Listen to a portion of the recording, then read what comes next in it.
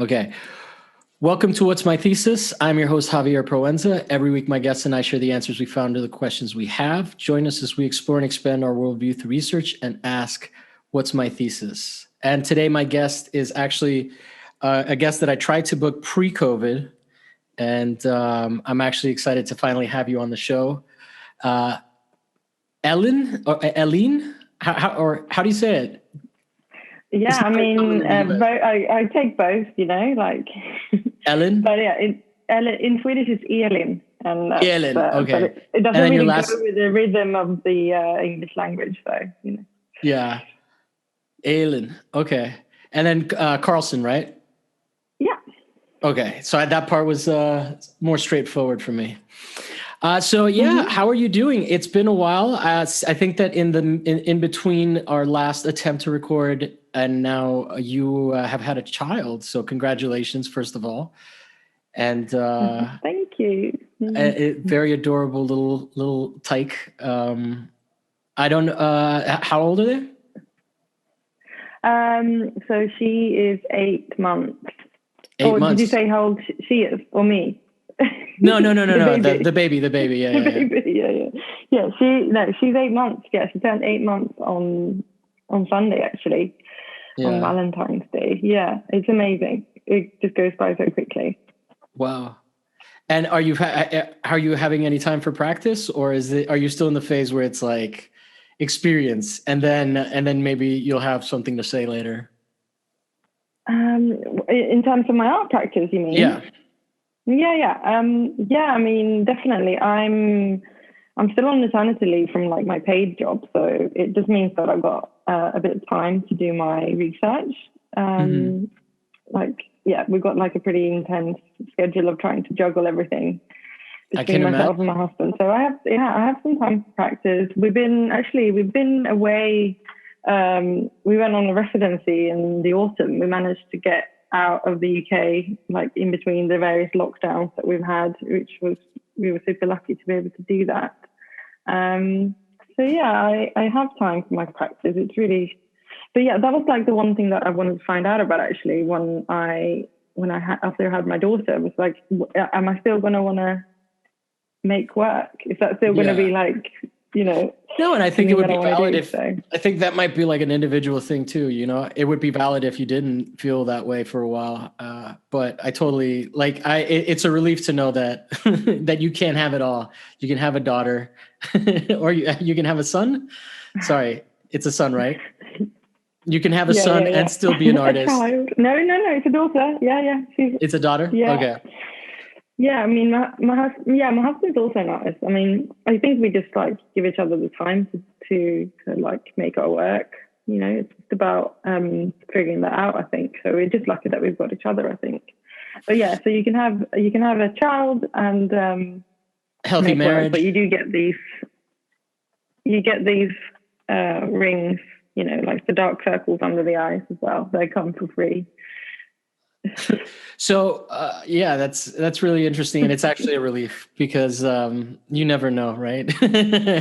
Everybody, the impression is that that like having children is the end of everything, but then I know a lot of people that have kids, and I don't know how they do it because I don't have kids. But yeah, it's definitely something that like I'm coming to terms with. I'm getting to that age where I kind of have to either decide or not decide to have kids, right? So it's definitely been a topic of conversation, and it comes up when you're dating, age appropriate women. So it's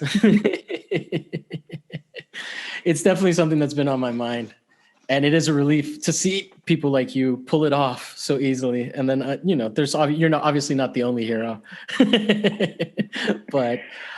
So where are you located right now? Because you're in the UK, I think.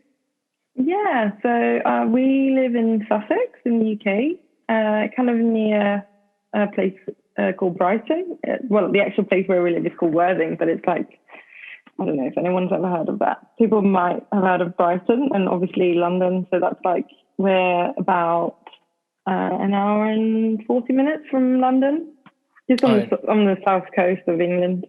I think like you've explained this. I feel like you've definitely explained this to an American before because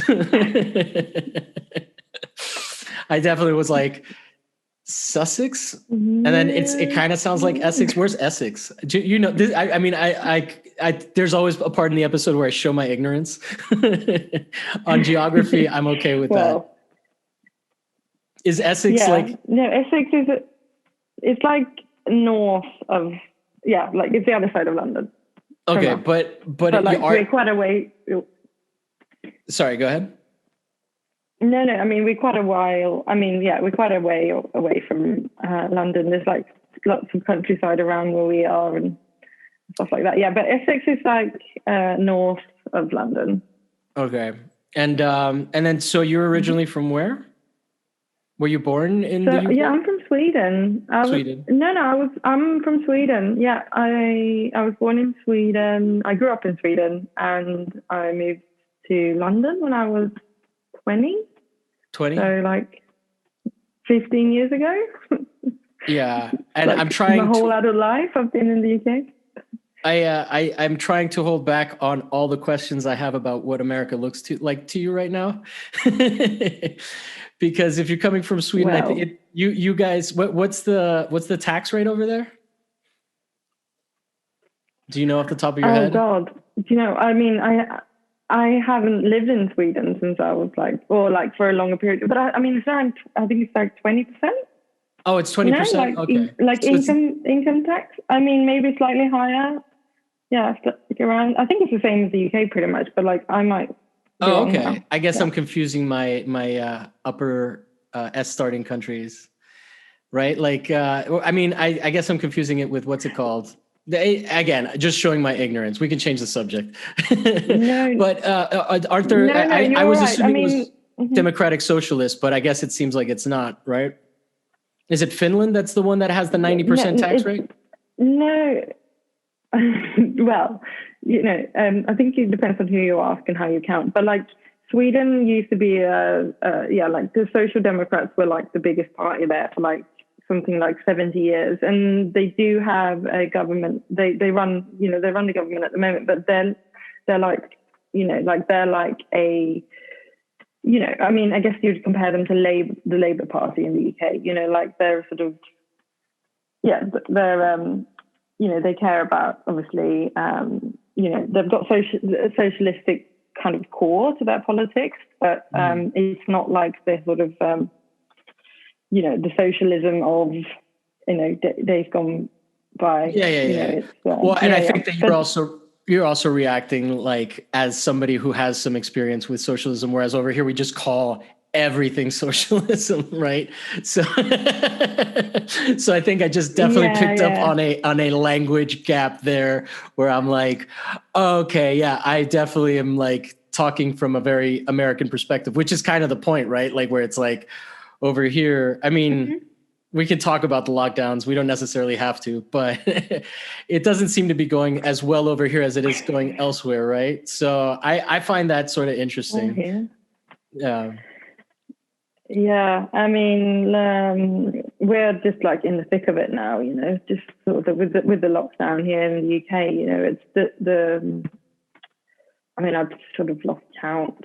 Like, I think I had up until like just this week, I had a bit of a Stockholm syndrome thing going on with lockdown. I was kind of loving it, you know, from a personal perspective, obviously, you know, not really thinking, you know, obviously a lot of people have had, you know, absolutely crap time, but I've been fortunate. But you know, I've got a safe home and, you know, a sort of good environment in my domestic, you know, my domestic environment is safe and all these things. But yeah, like just this week, I've started just really kind of struggling with it. Actually, it's kind of tough. I just feel a bit, and I guess like not being at home as well. Like, you know, I've lived here for a very long time, but like my home, you know, if I have to really think about it, it feels like Sweden's like my home, and I just can't go there. I'm not even allowed to go there. So it's just, it's sort of like psychologically. But I mean, it's the same for everyone around the world, isn't it? Like, I'm sure you have this on all your intros. This is just absolutely crazy. Yeah, I mean, I think essentially you just end up hitting wall after wall, right? Like you have moments where you have a handle on it, and then you start. But over here, I don't know. It's just it's a pretty crazy situation. It's getting to everyone, and I think that the tensions are pretty high in general, just because the stakes are so high for so many people. Like, I always like to ask this from international guests, which is like, how much are you like you're locked down, but are you getting any like are you just left to fend for yourself, or is your government arguing over whether or not it was $1,400 checks or $2,000 checks, and then like they're still negotiating that? Is that how it goes over there? Well, there's like a furlough scheme here. So if your employer can't, keep sustaining your job, you can go on furlough and not work, and then you get 80% of your salary, and then your company can choose to top the rest up with with their reserves, if they're able to. And so that's like the standard practice. But of course there's gaps in that as well. People who are self-employed might not find it so easy to access those funds. And but I'm on maternity leave, so I would have not faced these issues, even if it was a normal year. So and I guess I've kind of been a bit blinkered from just trying to protect my sanity, and that's the general kind of setup. So there is a kind of social care here that perhaps is quite different from.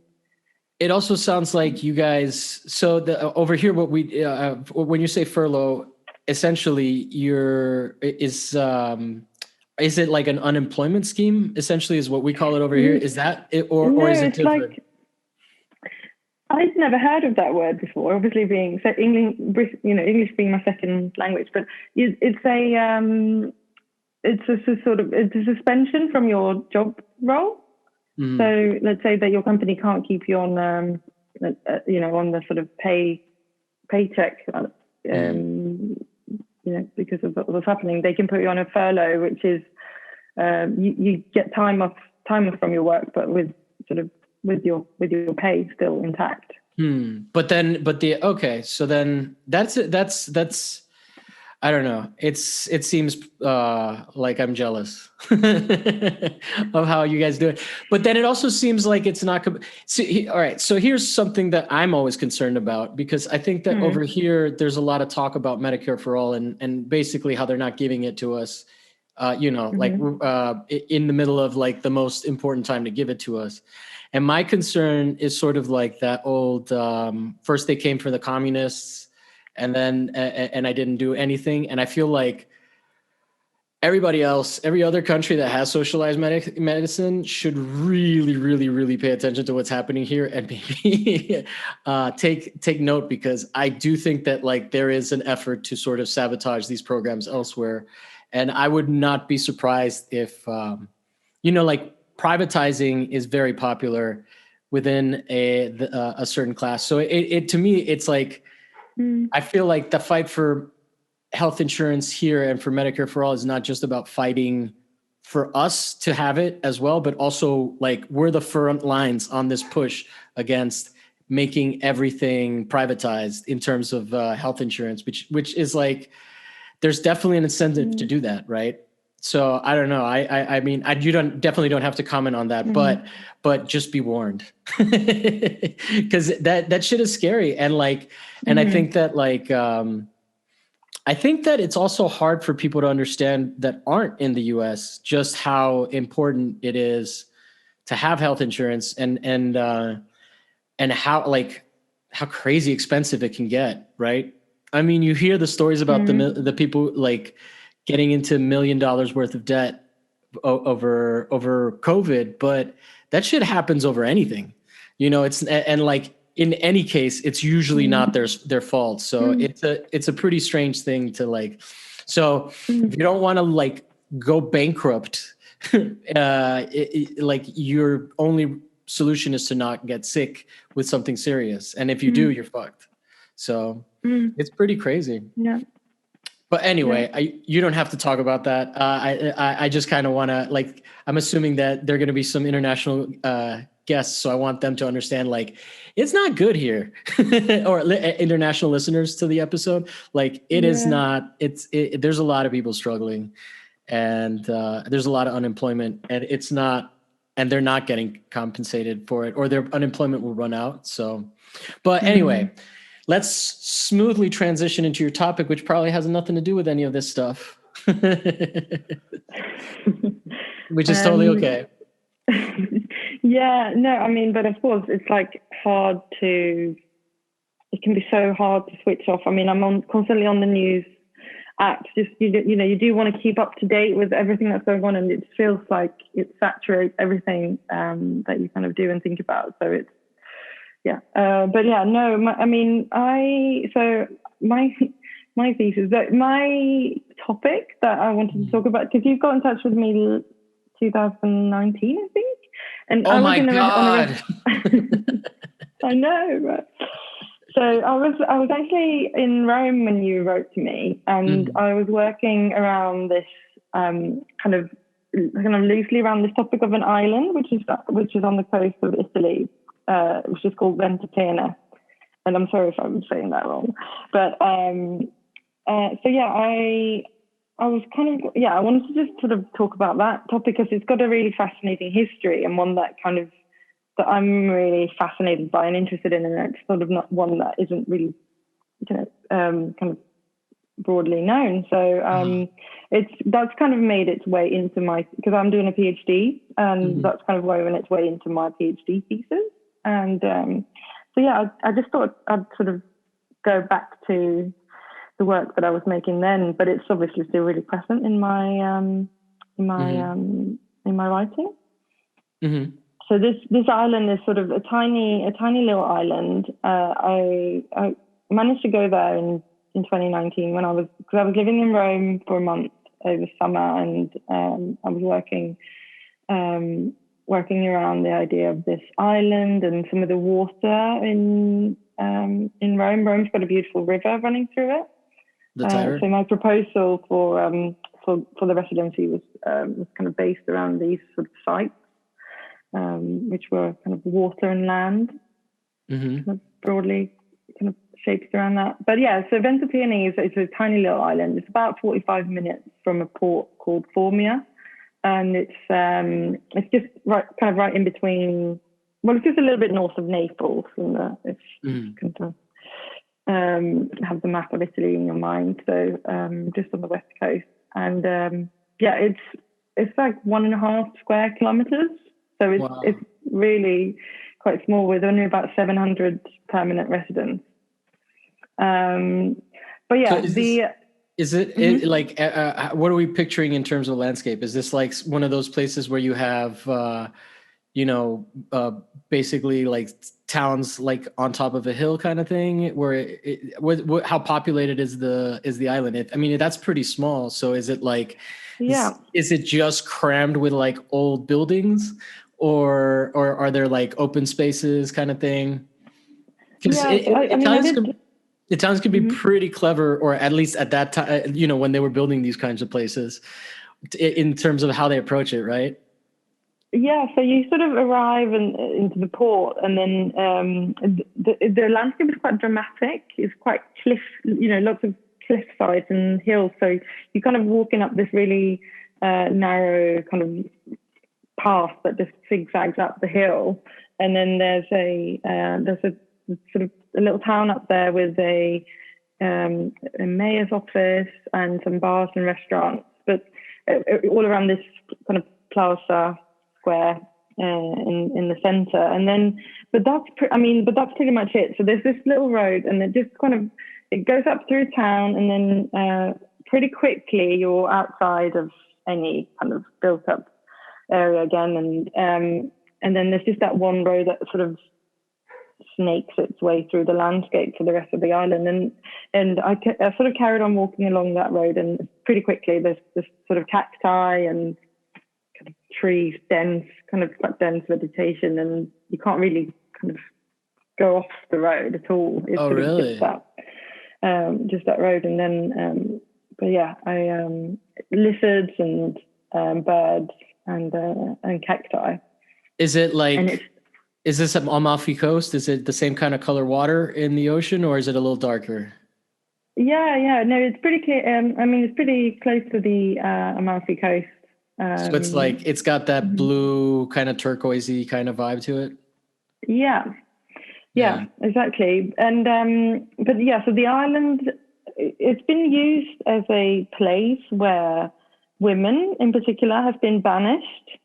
So the reason I started looking at this island was because Emperor Augustus, he was the emperor of Rome, he sent his only daughter Julia to this island because and this is sort of one of those things that where history and fact probably isn't quite matched up. But the story is that he sent her there because she'd been too promiscuous.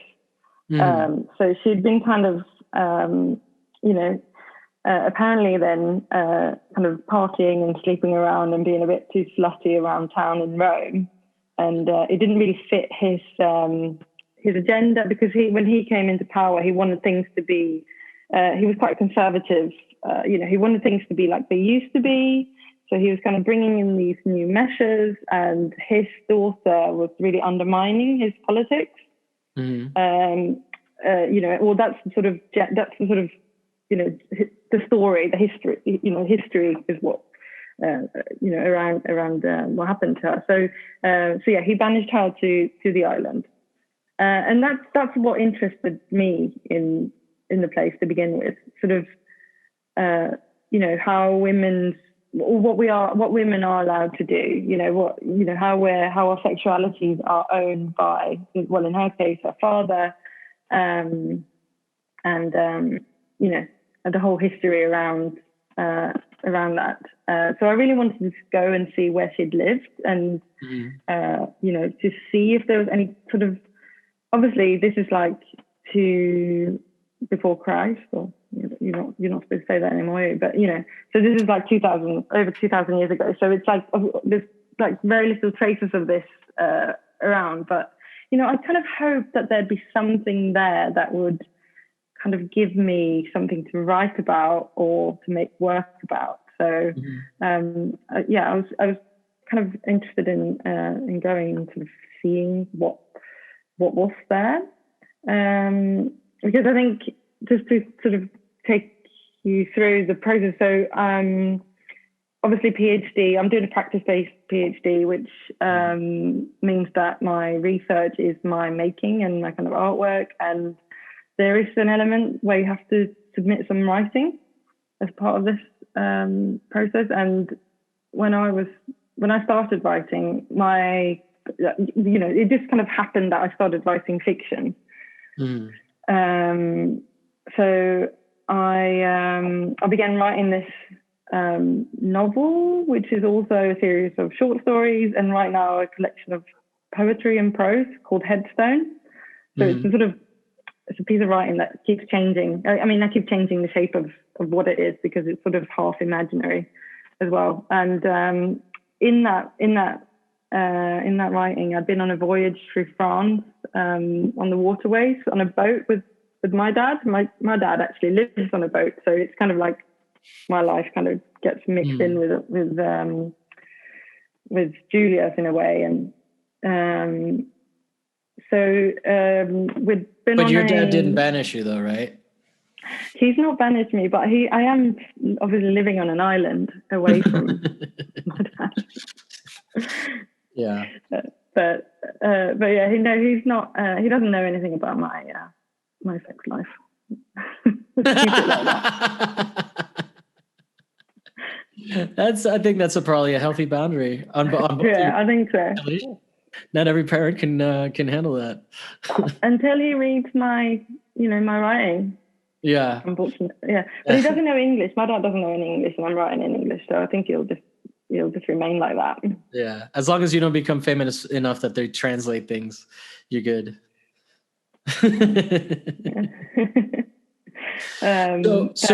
You also, when you mentioned the island, that it was it just one person that was banished to this place, or did it become like a destination, a banishment spot for daughters? Exactly. No, it's definitely become a destination. Like several other Roman emperors banished their daughters to this island, but none of them had the reason of her being promiscuous, other than Julia. So that's why I kind of thought that this is because my writing is about sort of sex and female sexuality. I just felt like that was the obviously the one that made sense for me to kind of think about. But there isn't really much known about her. There are some books published on her life, but none of them really focus on this particular part of her. Well, none of them really focus on her sexuality. And it's kind of impossible for me to really find anything out because it's such a long time ago. But I think that what I'm doing is I'm just taking this like tiny fragment of a clue and sort of writing about it in a way that brings it into contemporary life, and almost using that as just as a sort of symbol, or as an example more of how things can be, or how things have been. How her sexuality was treated through her, through how her father kind of used her sexuality against her and her lust, perhaps, her desire, and how the space for that desire to exist is kind of, really squeezed and pushed, and not really, it's not the space for her to do what she wanted to do is controlled by the government and by her father, which is the same. In this case, the same thing. But that's unfortunate. Pretty much, because she seemed like quite from what I can tell about her, she seemed like quite a sort of joyful character who really did like, her social life and her, her friends, her poetry, and her sort of, indulging herself. And I suppose I can relate to that. Which again is why I felt like it's also interesting how all these sort of themes are of like promiscuity being inappropriate and stuff, because I mean we definitely think of like Romans, or at least in this puritanical country, as this like what's it called, kind of permissive by comparison, pagan even, you know what I mean? Like in terms like of a bit hedonistic sort of. Yeah, hedonistic. That's sort of like the perception that we have of that time period, especially if you watch like things like Sam Raimi's TV show, I forget what it was. Spartacus and all of that, like where it's just like an excuse to have like live orgies, like beautiful people having orgies on camera. But so it's interesting that like there's still that distinction. And the other thing that was funny, I don't know if remember the Bush daughters, but I thought they were parallel. But then you said that she seemed joyful, and I was like, I don't know. I don't know if that's fair to Julia. But so Augustus, can you give us a little bit more detail about that time period? Like how big of the empire is there? I mean, these are really specific questions that have more to do with my nerddom. It may not be relevant to your research, so if you don't know it, it's completely fine. But do you know? No, I'm definitely not an expert on like classicism. So I think that definitely patches in my knowledge there too. I think I've just sort of taken this tiny, minute part and just run with it and kind of imagined things around that. No, because you mentioned it was fictional, right? So that's interesting. Yeah, exactly.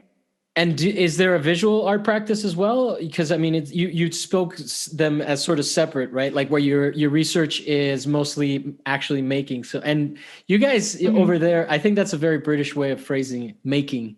You know, in terms of like how British artists talk about that. Like I've talked to a few of you guys. Makers, Yeah, you know, like I've met artists that have their promotion year and then their maker year, where they make stuff for the year. So it like that dialogue. I don't know how we would talk about it. We focus a little bit more on the term practice, I think, right? Yeah. Like, no, I think that's how I use what I use as well. Practice. Yeah. Practice based, practice based PhD, and obviously my practice. Yeah. No, I mean, there's definitely that. So what I realized when I came to the island was that obviously there was this. So she was kept in this palace house, which was on top of the hill, and then as you walk down from there was all of these caves, kind of in the stone of the rock of the island, and there was so since she lived there, obviously.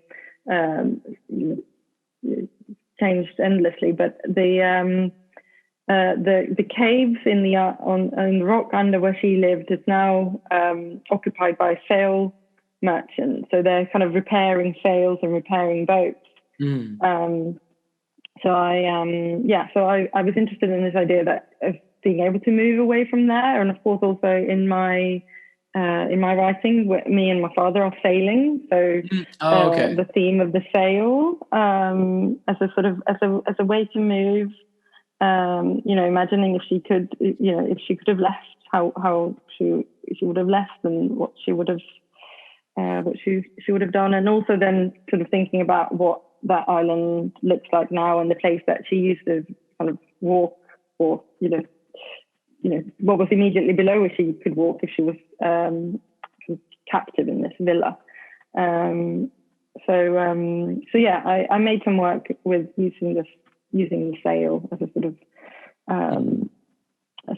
theme or method to talk about that, but more kind of broadly about my writing and Headstone, about kind of sailing between one place and the other and another, and kind of this ongoing narrative of kind of smutty sexuality and kind of remembering, I suppose, memories, sexual memories that I kind of write about. Because the sort of story of the island, sorry, I feel like I'm jumping between different. You can do that. That's all right. I'm following. But yeah, so the island later on in the 18th century was used again for a slightly different purpose, but that time they sent criminals and prostitutes to Ventotene to repent, because it was believed at that time that spending time in unfought nature would sort of realign your inner moral compass. And what I've been able to read about that is that rather than kind of heal and become better people, these criminals and prostitutes kind of set up new frontiers. So the prostitutes supposedly set up brothels in the caves under the villa where Julia used to live, where now the sail merchants are. So there's this kind of layered narrative. I'm not known for frequenting brothels, but I think if I was in the cave brothel, I'd be like, when in Rome. Exactly. It's so quaint. That's fascinating, though. So then, well, it's funny because this whole time I've been continually expecting there to be like a monastery, especially because we're in Italy. And then you said 1800, and at first it was because we were still in the imperial, in classical times, but now there's definitely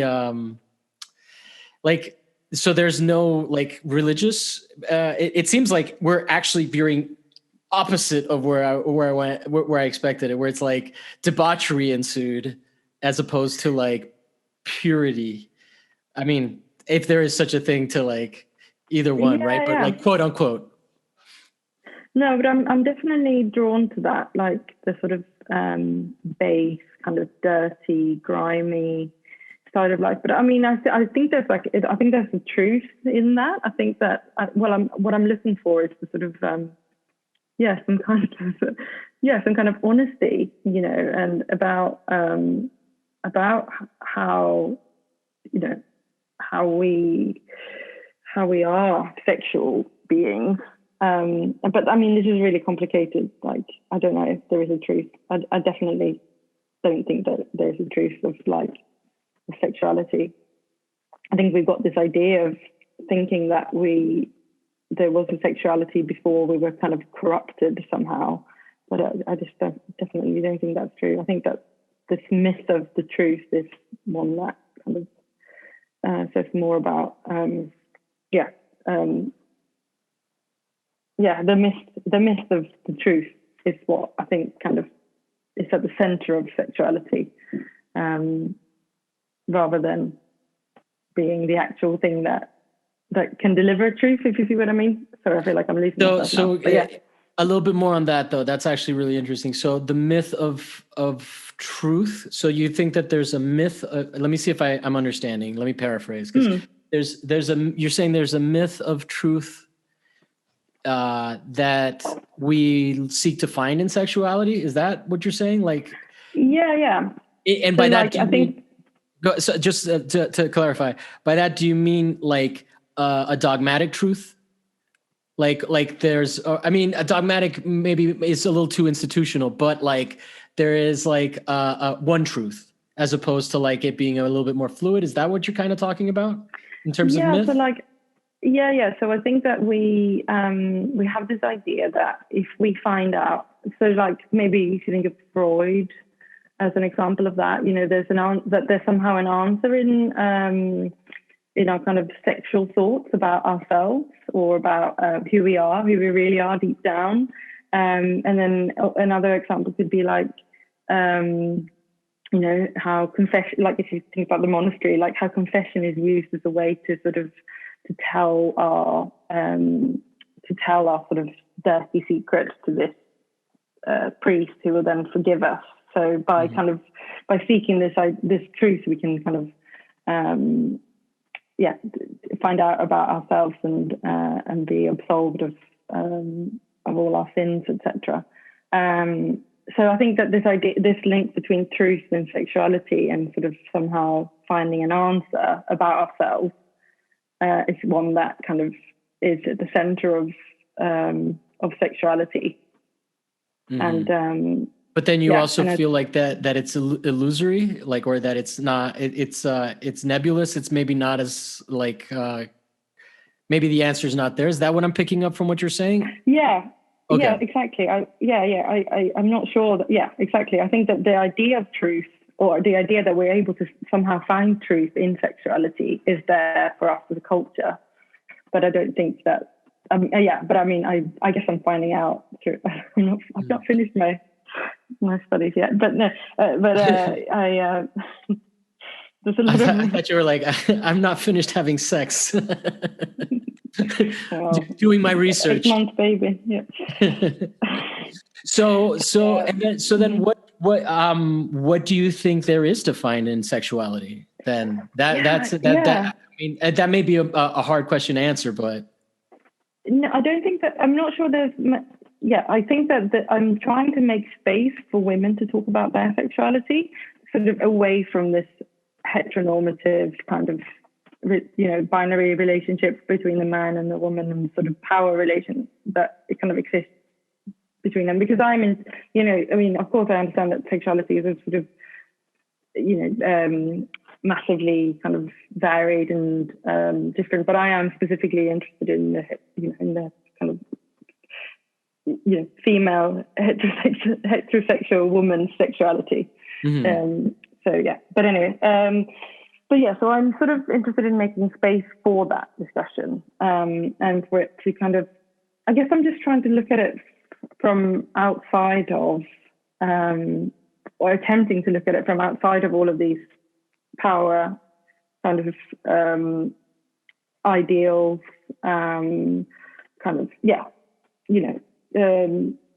obviously Julia didn't behave in an ideal way. so hence she was banished.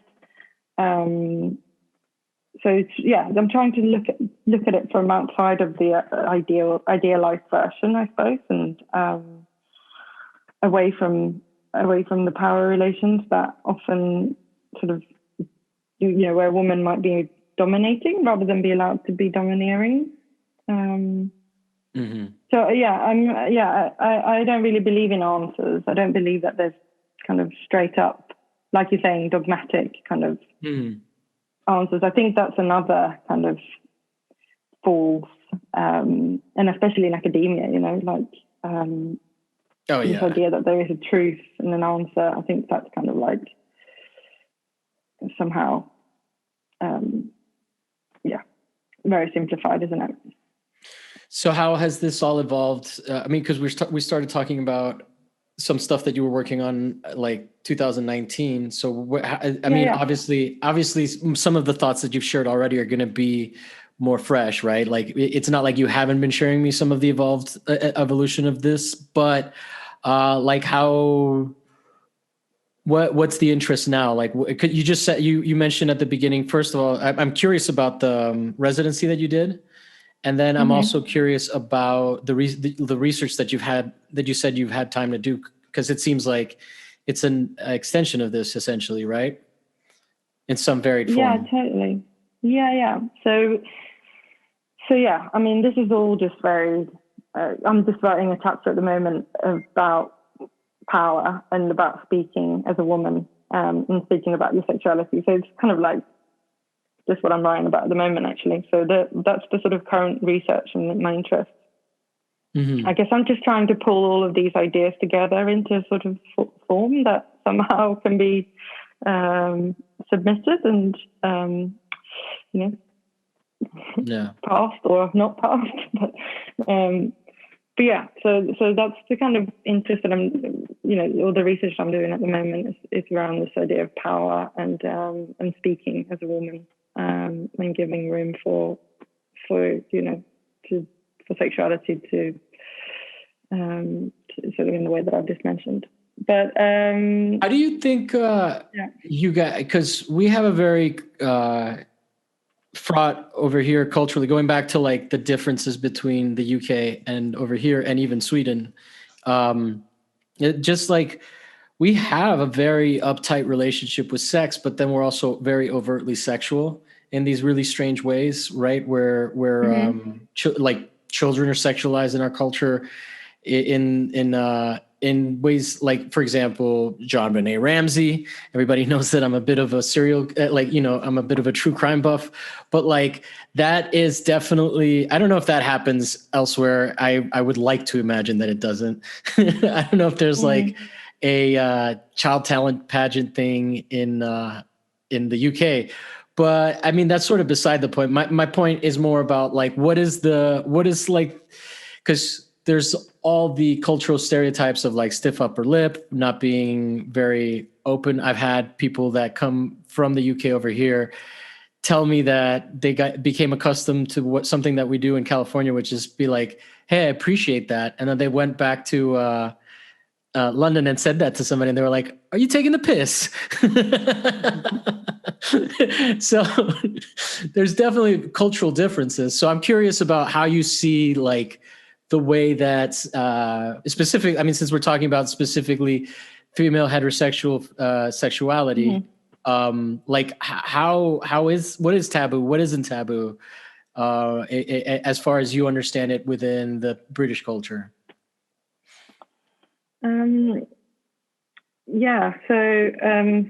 Gosh. I mean, I guess what I'm thinking about straight away is just this. Have you got that program called Love Island? Love Island? It's like it's like an island, isn't it? But yeah, there's like a group of single, single people that are on an island. Is this Netflix? And then kind of. Well, it's on like every summer here. It's like it's on one of the other British channels.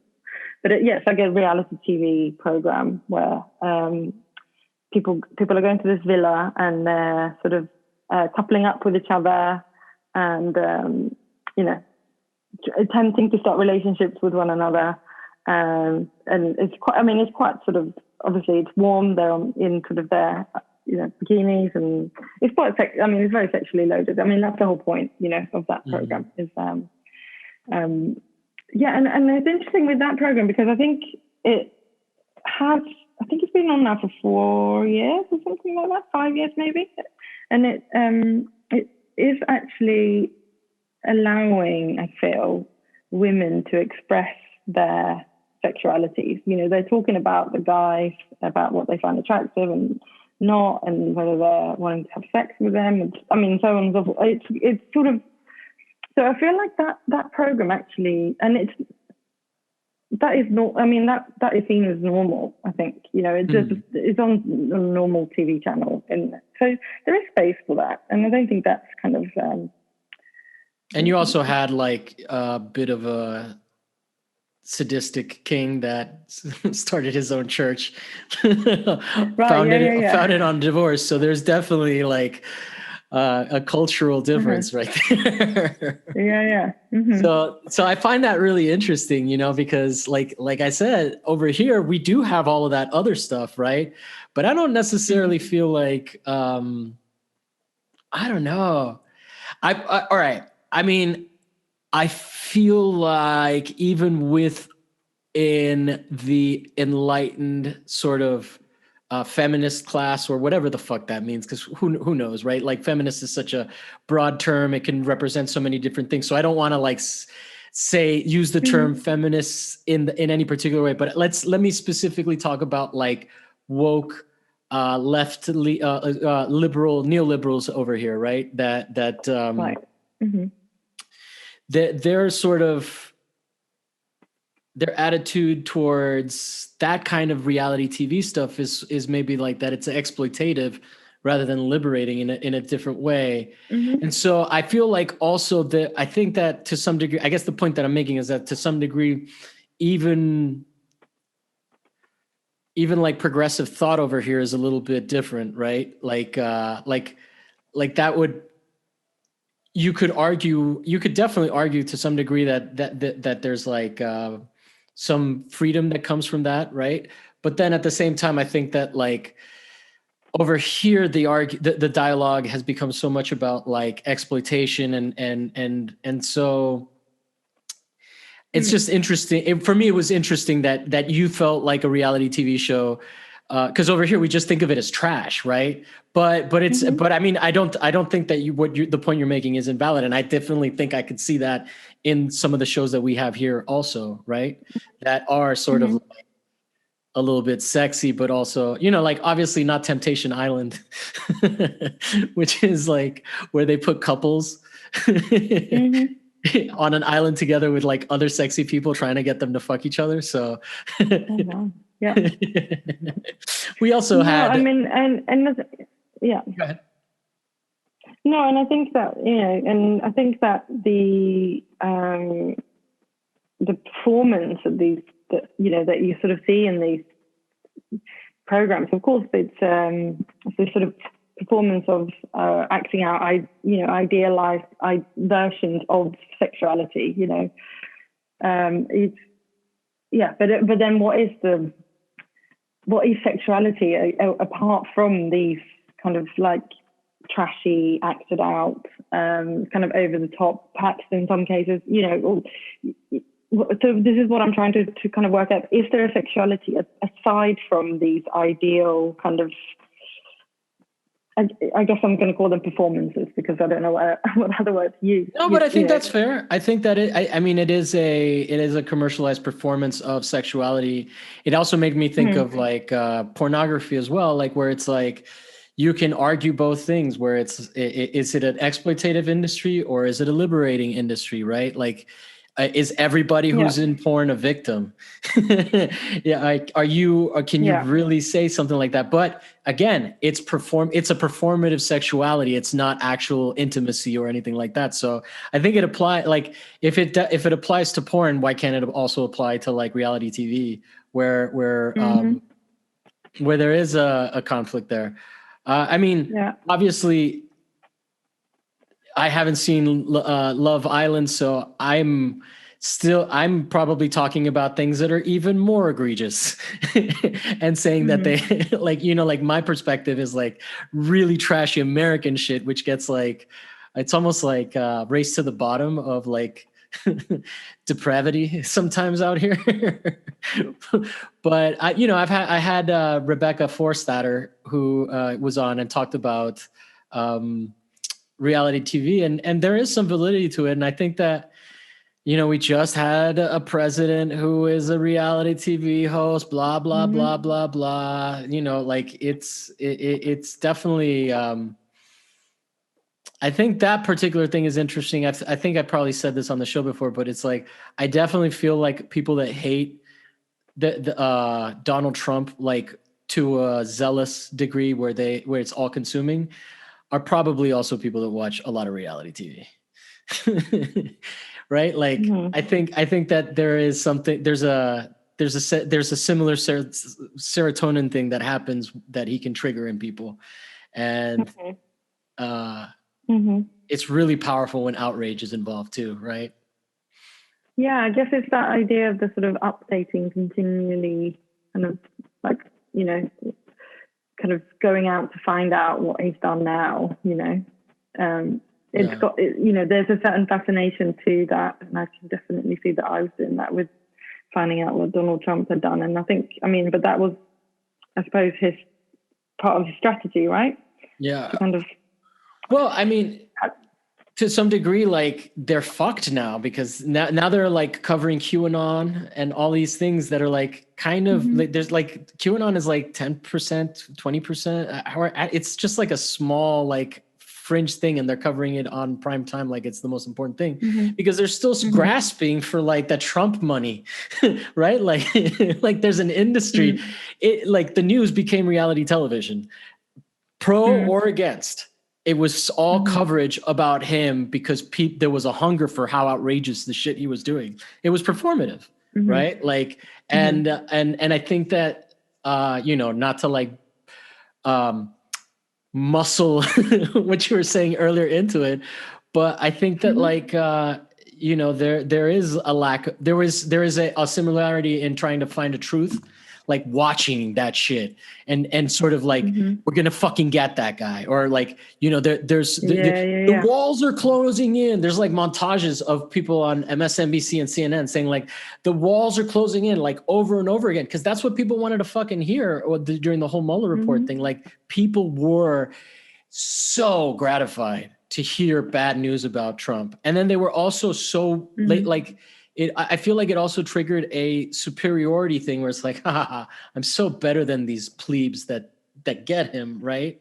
And I think in that there's like a moment where you stop where you lose track of like how his hatred is perpetuating your hatred, and then your hatred is making you hate other people that maybe are being misled, but they're also victims, right? Because they're not like wealthy people. Like all the people that were in the riots had insane financial problems, bankruptcies, and all this shit. So like, but you can't say that because it's like, oh no, these guys are racist. So I don't know. To me, that whole thing, like the whole discussion about truth really is interesting because I think that is sort of what the whole push is now, is like this idea that there was ever not misinformation. Now there's just misinformation from so many sources, right? Instead of it just being like propaganda from one source. So it's wild. It's a wild, wild time, especially with COVID, where like your only experience of the world is through the media. Definitely. And I think that like the need for a straight answer, or like the one truth, the thing that will fix it. It's kind of, I mean, I really believe that reality is so complex, and there isn't. I mean, I almost don't like giving. I don't like having an opinion. Am I the only one who feels like this? Like I don't feel like I can. I feel like having a strong opinion about something where you're just so sure of yourself. It just. I mean, I don't see how that would ever be the right thing to do. And I suppose that is my strong opinion.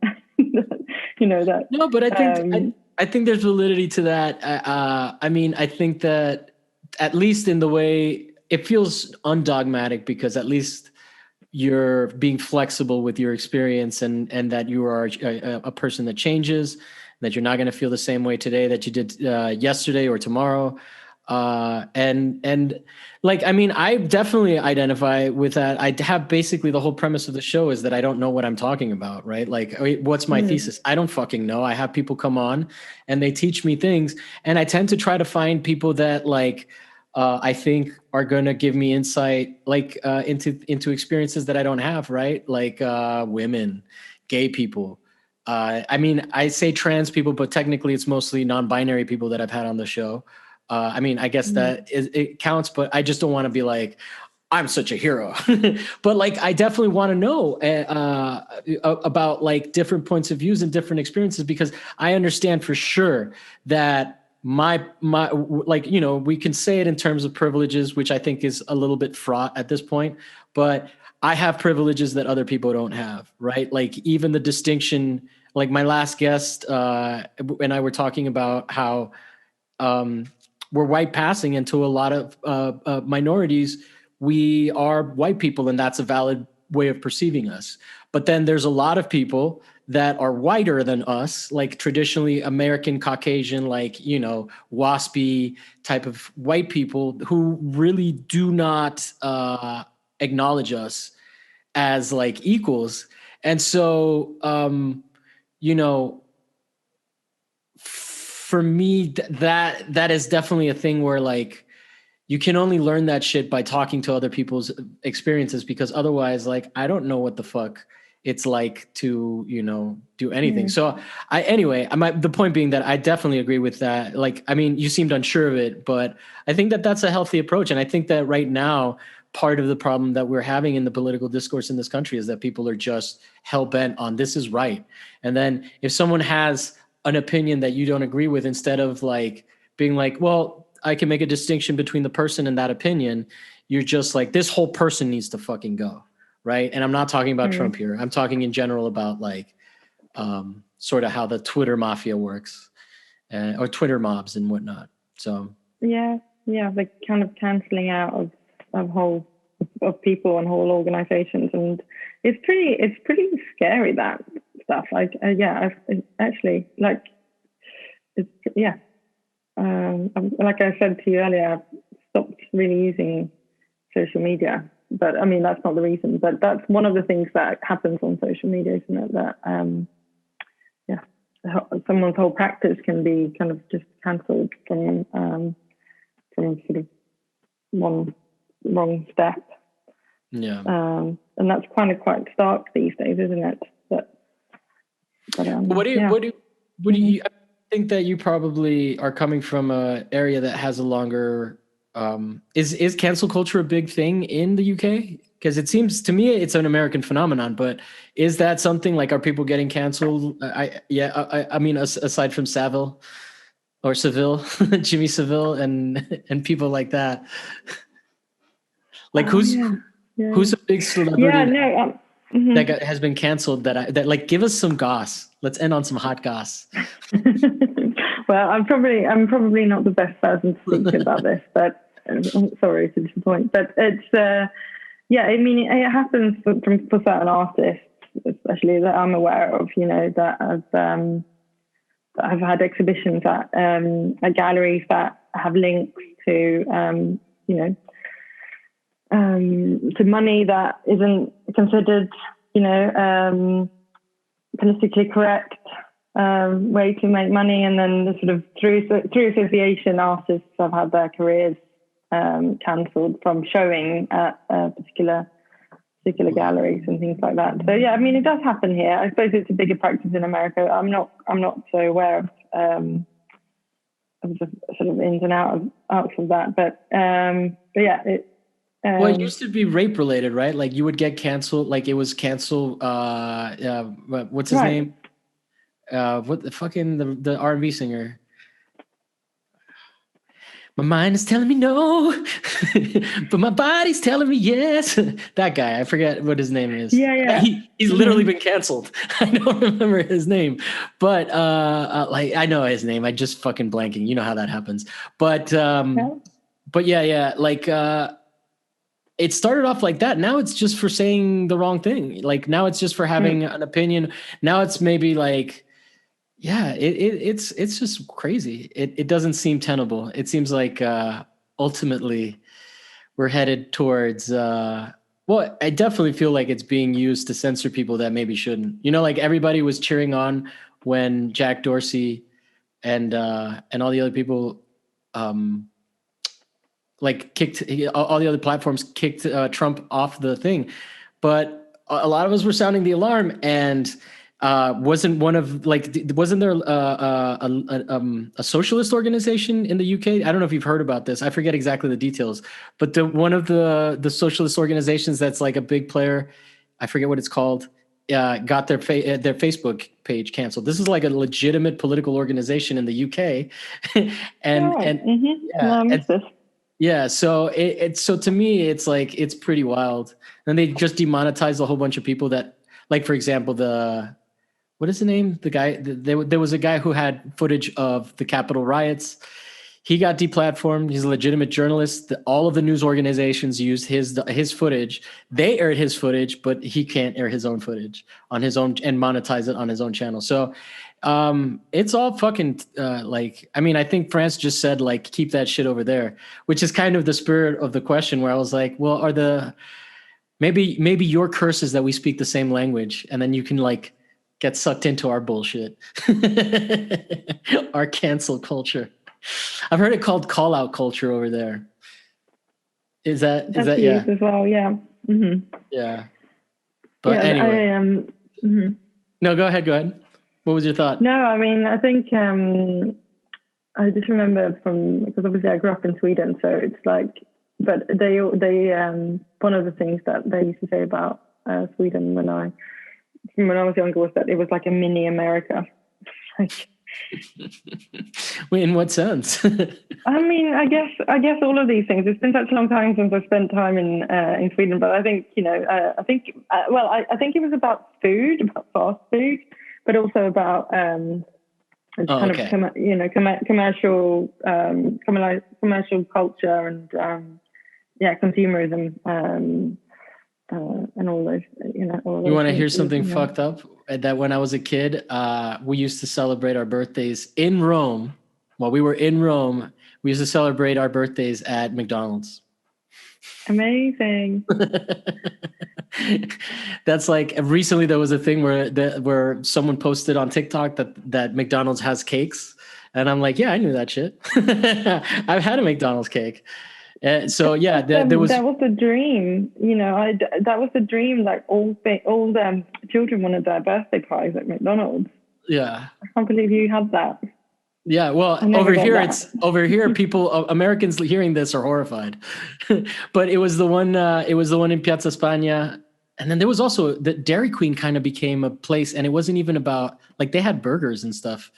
Anyway, they were like this was back when like when I was a kid, there was like. I remember the first McDonald's. It was probably the one in Piazza Spagna near the Spanish Steps, and then I remember going like in college and when I was 22, and then coming out in Florence at a train station, and there being a sign saying McDonald's with the arrows pointing in both directions, and then just one distance, right? So like they put a sign equidistant to McDonald's so that you knew like either way you're going, you're gonna be fine. And then that's when I was like, oh my God. But anyway, anything that you wanna? Sorry, go ahead. No, I had my very first job my first proper job was at McDonald's. Really? In Gothenburg. Yeah. But I mean, this McDonald's it sold hot dogs. I don't know if it counts as a McDonald's, but it was it was McDonald's and popcorn inside of a ice hockey arena in Gothenburg. Hockey arena. It was. I mean, but I loved working there. It was because you got to see the ice hockey games as well. Oh, nice. Are you a hockey fan?